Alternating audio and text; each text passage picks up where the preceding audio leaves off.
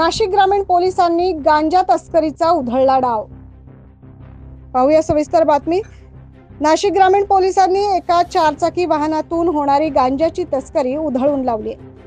ग्रामीण पोलिसांच्या स्थानिक गुन्हे शाखेच्या पथकाने शिताफीने सापळा रचून 38 लाख रुपये किमतीचा तब्बल 378 किलो गांजा जप्त केलाय। यामध्ये पोलिसांनी कार देखील ताब्यात घेतली, मात्र कार चालक पळून जाण्यात यशस्वी झालाय।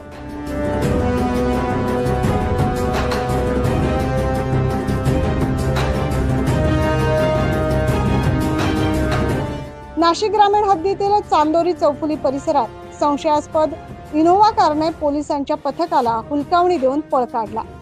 मात्र पोलिसांनी शासकीय वाहनाने कारचा पाठलाग सुरूच ठेवला।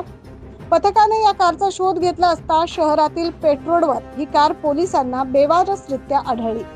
या कारमधून सुमारे 378 किलो गांजा हस्तगत करण्यात आलाय।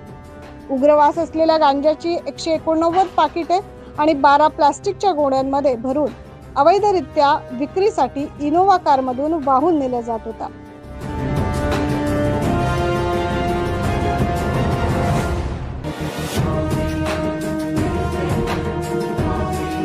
या प्रकरणात तब्बल 387 किलो गांजा आणि सुमारे 37 लाखाचा हा माल होता।